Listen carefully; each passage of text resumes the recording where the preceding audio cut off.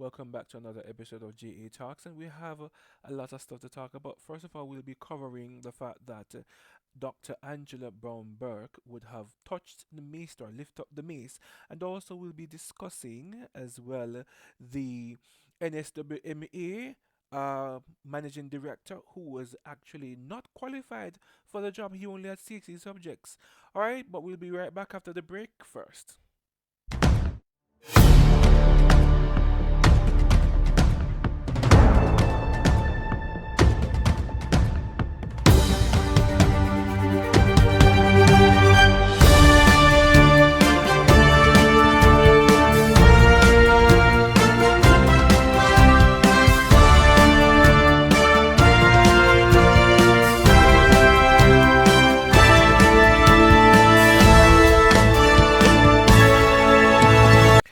Okay, so welcome back. So now,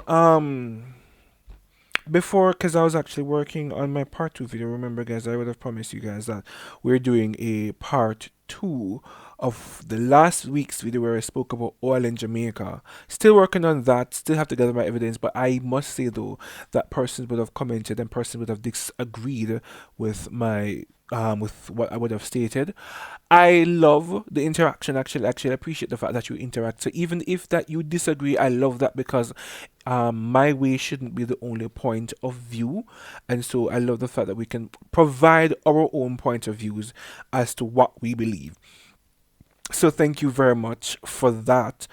And so yeah, I'm still working on the part two.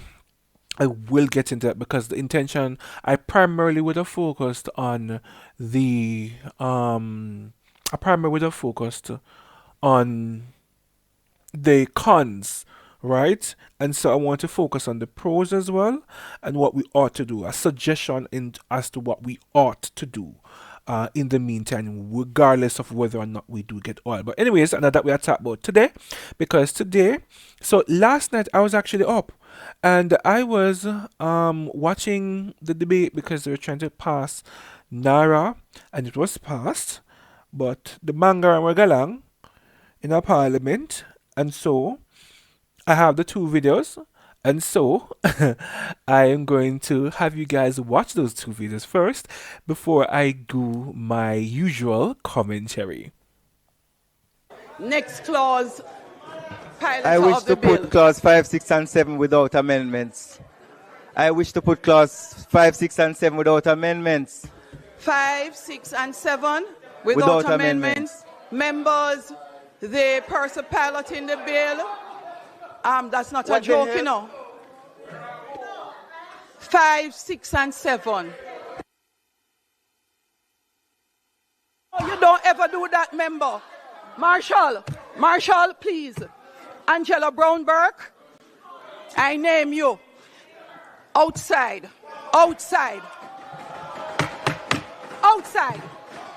Marshall, but for her.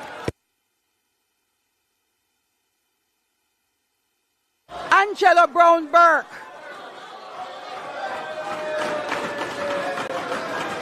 Members, I name Angela Brown Burke and ask that she be removed from the chamber. Those in favor? Those against, the ayes have it. Member outside. Members, we are back in the house. Member Angela Brown Burke, the member from St. Andrew Southwestern. I am asking that you appreciate that you have been named by the chair in committee and you are named by the Speaker of the House for disorderly conduct. Member, at no time can you grab the mace in Parliament. Not even in jest, member. And not in protest either, member Burchell. Again, I'm at the house. I am going to ask that we put to a vote the removal of the member Yes. House Leader. Let's start with the beginning. The fact that she indicated that she wanted to see. Southeast or southwest? Southwest. Madam Speaker, Madam Speaker, in accordance with, All of us can speak for 30 minutes on this motion. there's no debate. In accordance with Standing Order 43-4, I move that the member for St. Andrew South East, Southwest, St. Andrew Southwest, be suspended for the duration of the rest of the sitting of the House.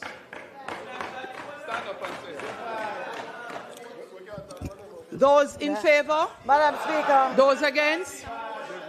Those against? No, that's not allowed. Those against? Those against? The ayes have it.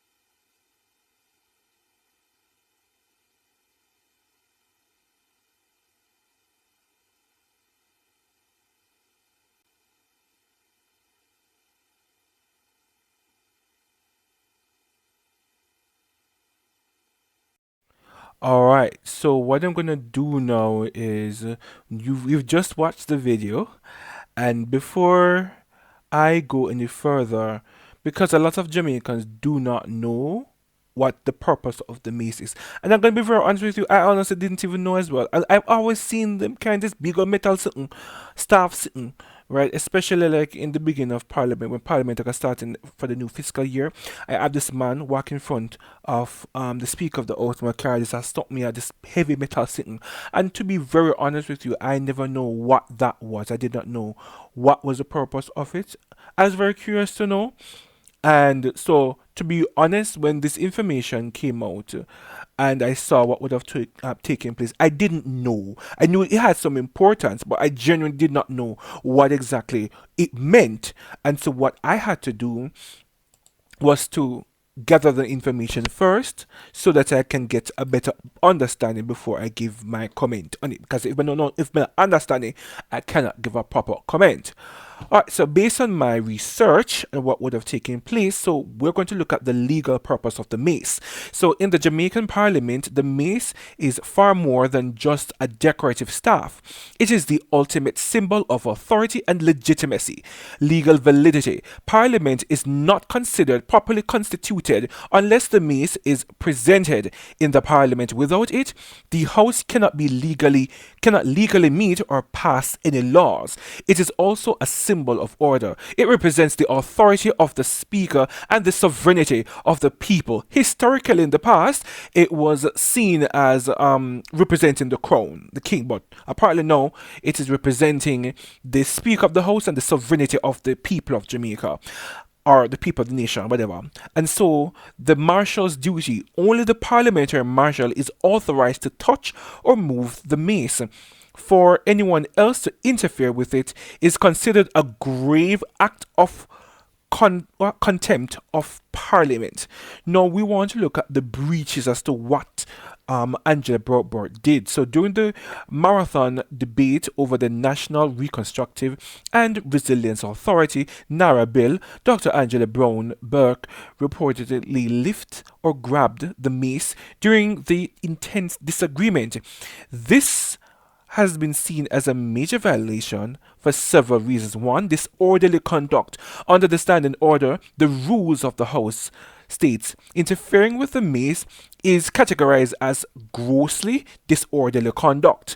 Two, you're challenging the Speaker. By touching the mace, she was effectively challenging the very authority that allows the session to exist. The House of the Speaker noted that's Angela, that is Juliet Holness, noted that the mace cannot be touched even in jest or in protest, and also halting of the proceedings. In the Westminster style of system in Jamaica, removing the mace is traditionally, though illegal for members, a way of signaling the session is over or illegitimate.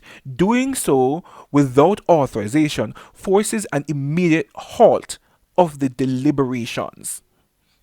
All right, so that is the definition. So now we have an understanding of what happened and what the meaning of the mace is. And so while I was looking at this and while I was trying to get more information, I also was reading the comment section as well. I would have shown you the fact, because last night when I was watching the feed, the angle, the camera only showed Juliet Holness, and when she ordered Angela Brown Burke to come out and out. So it showed that, but I did not see when. I saw today we really show when we get the video when Angela Brown Burke get up, right? She get up out of her seat and deliberately lifted the mace. Now let us talk about that.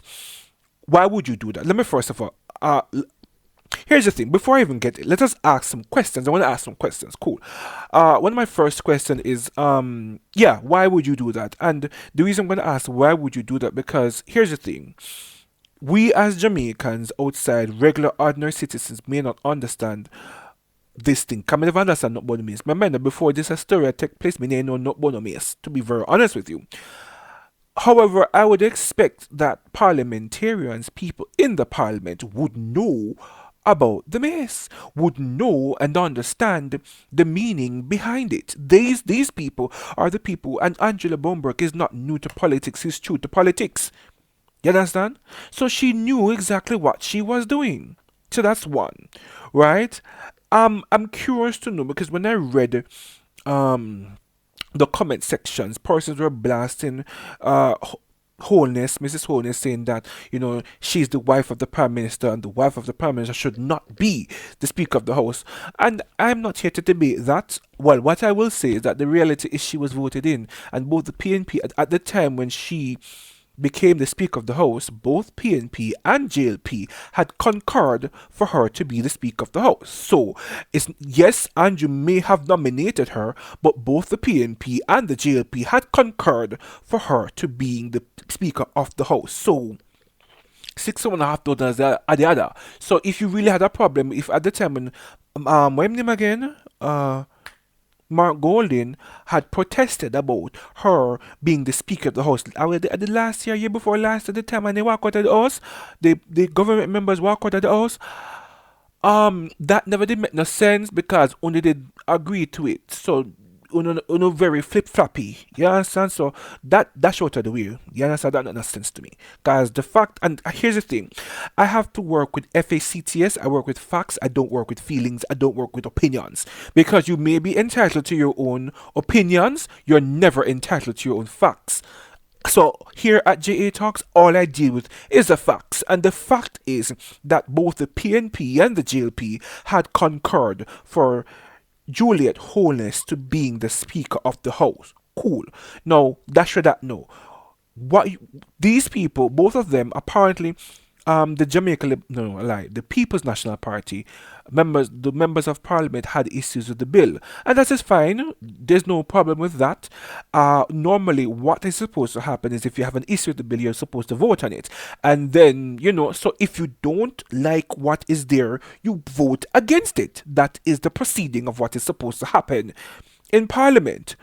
My question is now, why did Miss Brown Burke get up and decide to lift up the mace?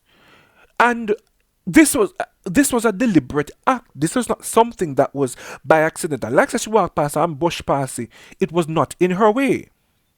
So, why did you do that? Why did you get up and decide to take up the mace? Why did you do that? That is a fundamental question we need to be asking ourselves. Why did she do that? So, shows that it was deliberate and you deliberately were trying to disrupt Parliament. This was something that was deliberate. You deliberately tried to disrupt Parliament. You deliberately tried to disrupt the proceedings of the committee of the Parliament. That was deliberate. And so, my follow up question is, what do you believe would have happened after you did that? Why is everybody surprised that Julius Horner's telephone come out of the place? Let me not understand. Like, every action has a reaction. Me don't know. If 1 plus 1, if you add 1 plus 1, you're going to get 2. You cannot add 1 plus 1 and get 3. 1 plus 1 will always be 2. So, Angela, get up and lift up the mace and put it back down, knowing well what the mace, the symbolism of the mace. She knew what it meant, and she deliberately did that. What did you expect? What did you expect was going to be the follow-up after that? I think that's where I'm curious about. I'm very, very, very, very curious about that. So, you understand that everybody was laughing. There was no regard after that. She stayed there. And so I think that is the issue I'm having. There was no regard. There was no sense of respect. There's a way to do things.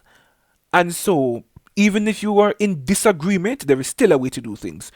To be very honest with you, I thought that because when she tell Angela to get up, and come out, me say everybody get up, all the JLP members of parliament are stand up. So I thought it was going to be another walkout. I was surprised that they all came back.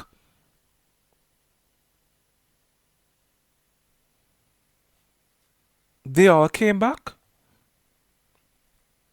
But anyways, and that me I talk about.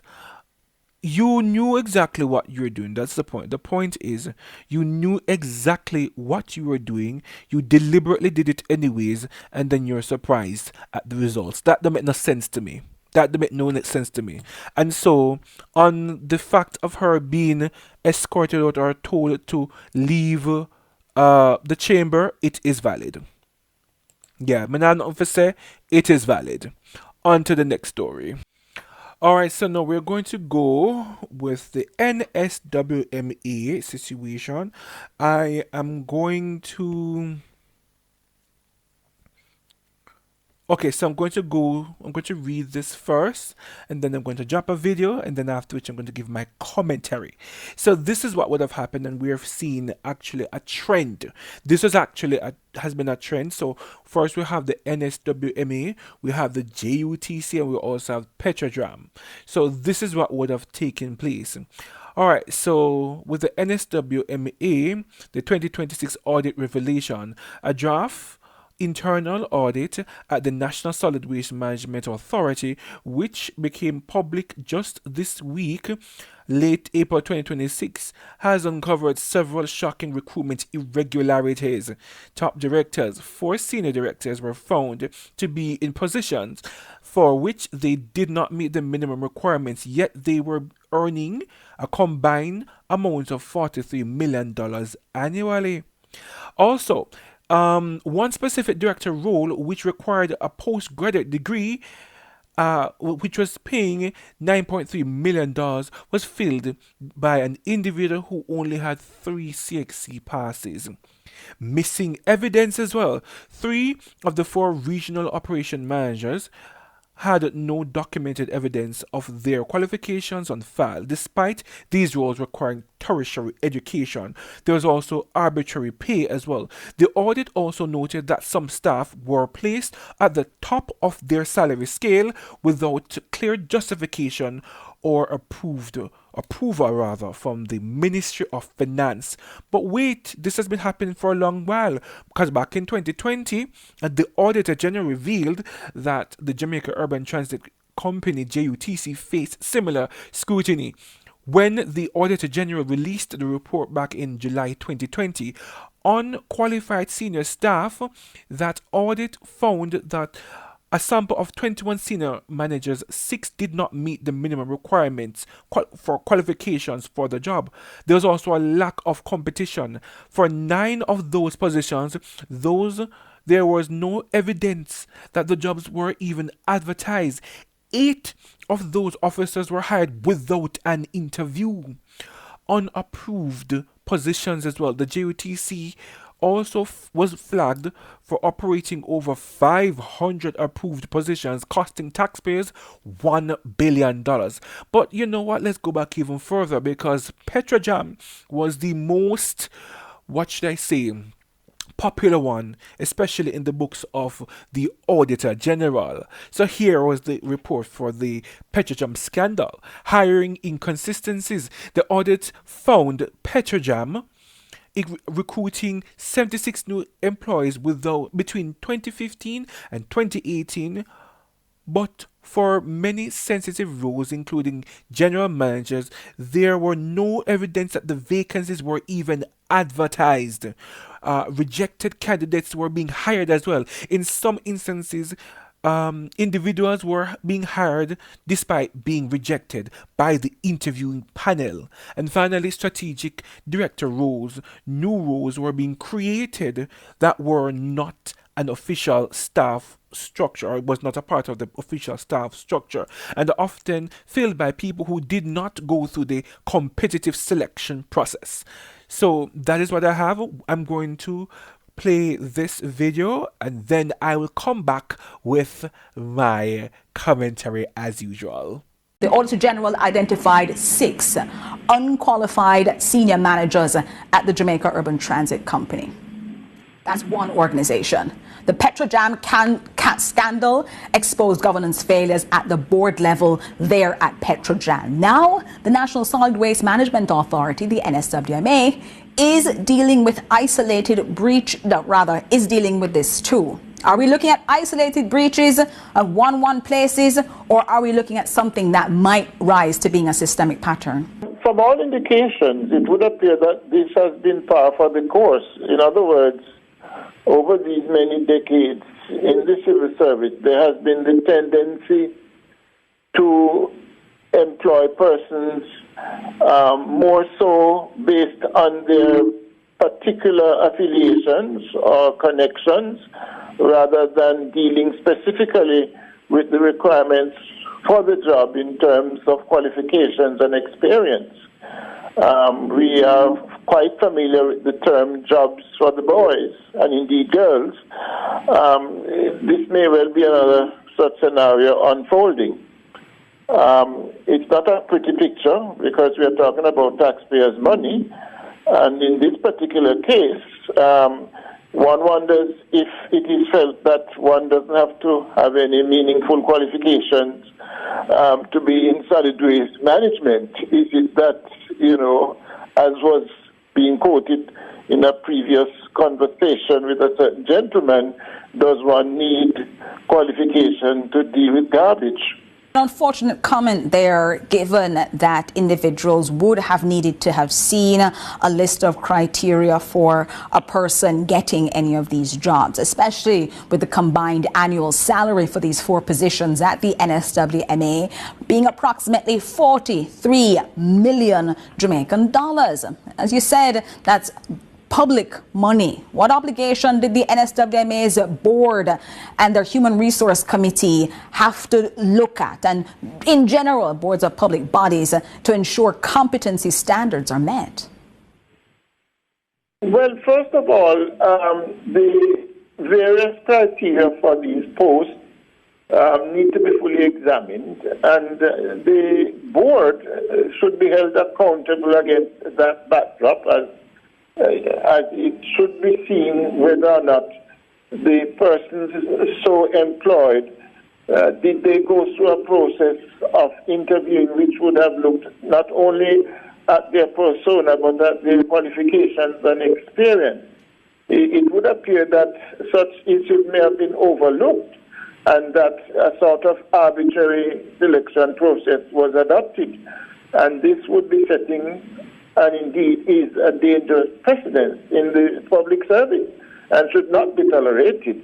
I suspect that there ought to be very serious consequences if there has been this lapse in judgment, or shall we say, it is almost a case of not carrying out one's functions in a manner that is ethical and is prudent and is in the best interest of the taxpayer.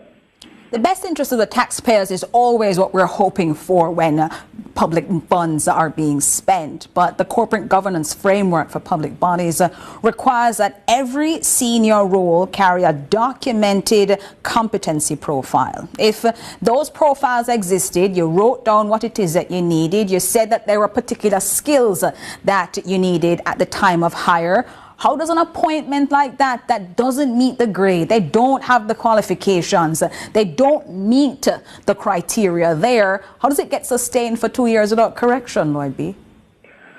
Well, obviously there has not been proper oversight, and it's very discouraging because over these many years we have seen a shift in young persons' ambitions. There was a time when a lot of our young people just didn't bother getting, a degree, a first degree or even a second degree. They would have left secondary high school and say, let me just get a job or, or something of that kind. But there has been a specific trend where our young persons, many of them, have gone out of their way, made sacrifices and so on along with their parents to ensure that they have a very good education background, on the basis that they want to get a job that will pay well, hopefully, and will put them on a career path. So this sort of scenario does not encourage that kind of situation. All right, there you have it. That was a report from CVM TV. Apparently, you don't need a degree to manage garbage. You don't need to be qualified to manage garbage, apparently. This hit me home. This is something that would have hit home personally. Because for someone who has 10 C6 subjects, 3 CAPE subjects, a diploma and an associate degree, and also a certificate, I did business management, supervision, business administration, and training and assessment. So, by my own standards, for someone who only has 3 CXC subjects, we work with NSWMA, I'm practically overqualified for that. I'm practically overqualified for that. But separate from that, and I'm going to share my personal experience in this situation. I'm going to share my personal experience because for me personally, I have been in the call center. I don't know this already. I talked about it already because I gave a video where I spoke about being 11 years in the call center industry. And I recognized that the call center industry was not for me. I didn't like it. I hated it passionately. And so because of that, I was trying to leave. So at the time, I just left high school. I just had my 6 and my CAPE subject. I never had nothing else. I decided to go back to school to further my education so that I can get a job outside of the call center. And I did. And I decided to start applying, and I've been applying for jobs. After being an idiot, I'm not going to apply for jobs that, I'm not qualified for or or requires a higher qualification. So, for example, I don't have a master's degree, so I would not apply for a job that requires master's degree. That's dumb if you don't have the master's degree. I'm literally applying for jobs that require CXC subjects. I'm applying for government jobs that require 4 to 5 CXC subjects. And I already named up my qualifications already. I have a diploma and an associate degree. And I was never given the ability or the opportunity for an interview for them to turn me down and say no.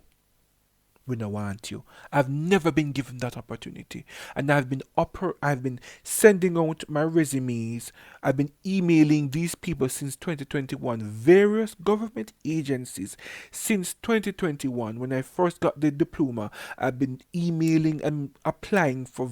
If I should show my inbox, you understand? Not my inbox, my outbox rather. I've been applying and nobody no fought for me. It got so bad, I recall, and this was a publicity stunt, and I spoke about this last year, when I would have the government of Jamaica back then, back in January of 2025, they had a job fair. The Ministry of Health had a job fair. They said that they were employing over 600 people. That was a publicity stunt. That was a lie. I went there, as a matter of fact, I was working at the call center, and I called out sick from the call center. I lost a day's pay because I called out sick from the call center, and I even spent money. I left my bus from Mandeville, go Kingston, and then take my next taxi from Kingston, go UE. I went there, I arrived around 7 o'clock in the morning. I was extremely early. The person looked at my resume, saw that I was qualified. She said that she would call me. This was back in January. We're now in April 2026. That was January 2025. We're now in April 2026. In June of 2025, I got so desperate to recall, not gonna name the establishment, but I would have, they had a vacancy. And because I've been applying via, they said you should apply by email, and I email my resume and my application. And me realized then call me. They say if I physically print out my documents, and I went down there because I need a job. They say no, they're not taking it like that. You have to email it. But I've been applying to you since 2021. You're not call me. The fact is you're not going to call me.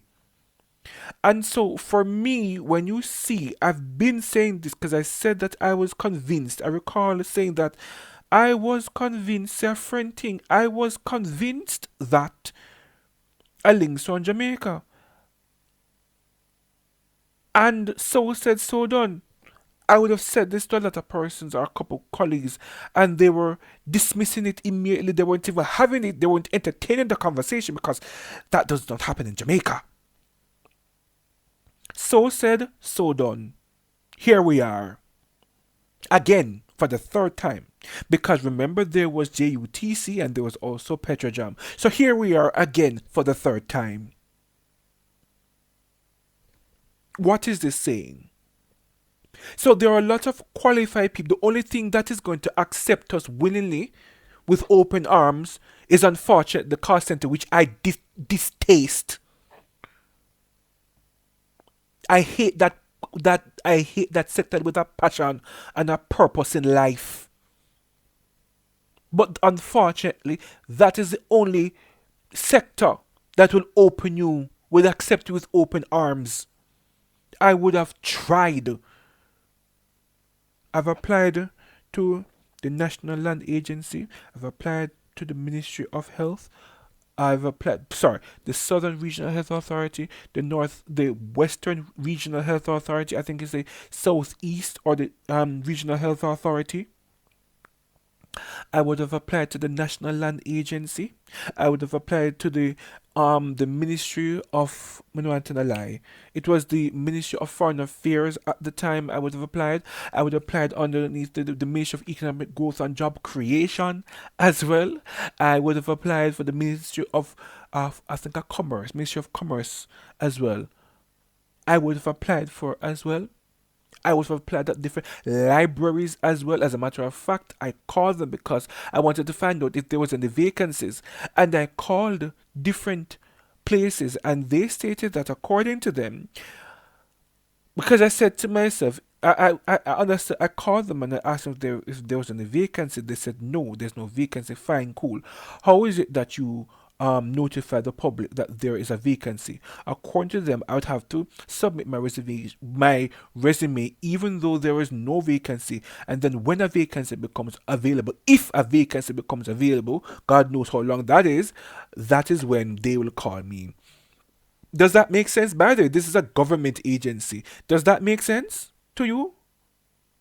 So everything, all the accusations and the information that the Auditor General would have outlined, especially jobs that were placed, that there was no competition, there was no vacancy advertised. It is true. And I'll go a step even further. A lot of these vacancies that they put out to say there's a really and truly, the position is already filled. That is a ghost vacancy that is there. But what happened is that because they want to look and appear transparent, they put out the vacancy. But really and truly, nobody now look upon that. Nobody's going to look at that. Because then don't pick and decide who gonna get the work already. You're wasting your time. That is Jamaica, land we love. That is what has been happening in this country.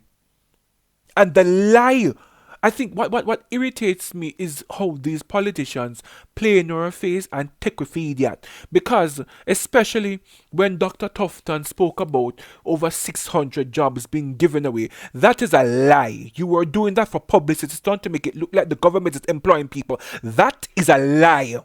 A big fat lie. I don't believe that. I don't trust that man, but it's another matter I talk about. But that is a lie. And so here we have it. Which is why a lot of young people can't get the work. A lot of ambitious people can't get the work. People who would have tried, we can't get the work because guess what? Are your friend not gonna get it? It's who know who. It's not what you know. It's who you know that is going to get you the job in this. This is why we are here. Why right now. And you know what makes it even worse? What makes matter fine. You get the work, cause you know who am I to judge, right? Cause I'll be very straight up honest with you. Me I can talk a good truth too. If I was in the position when I take the work too, if me don't slack about and somebody offer me a job that is going to pay me $9.3 million, I'm going to take it too. But here's where I'm going to fault you. Here's where I'm going to call you out for your stupidity. You get the work, you realize that you're underqualified for the job. You're being paid 9.3. I'm going to take out my calculator and do the maths. Right? $9.3 million. No, I'm going to do it good. $9.3 million, right? So $9,300,000 basically. Divide that by 12. You're getting $775,000 before tax. So basically, you're going home with $569,507. So imagine you're being paid $569,507 monthly. And you tell me say you couldn't go back to school and get the legal education? It costs roughly $200,000 to $300,000 a year to get a degree. A year, that is what? A quarter or a third of your salary? A year. There's also payment plans as well. And so what I don't appreciate is that a lot of these people, imagine you get the opportunity, say, all right then, I'm going to go back to school, and because it shows that you don't learn. It shows that you're really done for you, because if me get a position that I'm not qualified for, I'm going to go back to school and get qualified just in case. Because anything can happen. Because I know someone not qualified for the work. Because I know someone not qualified for the work, and I can lose a work because I have been fired in the past. And because I know that I can lose a work, I want to be qualified so that if I lose the work, I will be qualified to get another managerial position. So I'm going to ensure that I go back to school with the large lump sum of money that I'm getting. I must be able to go back to school to get an education so that I can be qualified in the position. This is not the first time this has happened. Back in 2018 it happened back then. And imagine you get the position, your sensor tell us that no, screw, I'm go back to school and see if I can get something. Heart is free. You can go to Heart and get, because I Heart me go forget my certificate and my associate's degree. You have no excuse. So not only you should be fired, you should be charged for your stupidity. You have absolutely no excuse. How is it that you sat comfortably in that position being dunce? You don't feel like I say you want to market yourself so much so that, just in case. And it's like you'll learn. And here's the thing, there are more out there. There's more out there. And I would like to ask the Auditor General to check for the Ministry of Health and various places for the Ministry of Health as well, because it is with great belief that there are irregularities there. So please check for the Ministry of Health.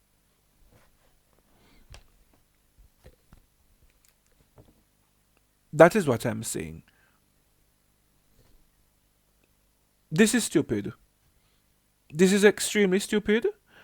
And any penalty that is going to come off this, you deserve it. Because you're stupid. You're dunce and you chose to continue in dunceness. That is basically it. You're dunce and you chose to continue to be dunce. You know, feel like say the common sense never comes at me. Say me feel like say, upgrade myself and get an education so that just in no, that never crossed your mind. Yeah. So yes, welcome to Jamaica land we love, guys. The land where we Wabaskemen take place, the land where we decide that nepotism is the order of the day.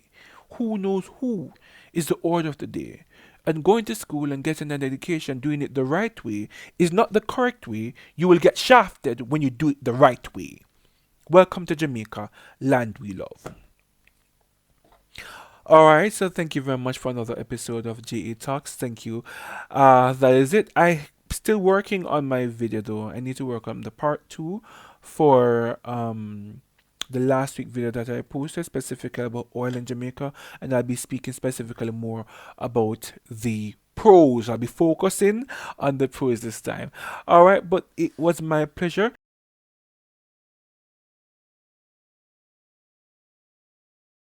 Thank you very much for another episode of JATalks. Always remember, please never forget that your independence is the foundation of your liberation. Have a blessed day, guys.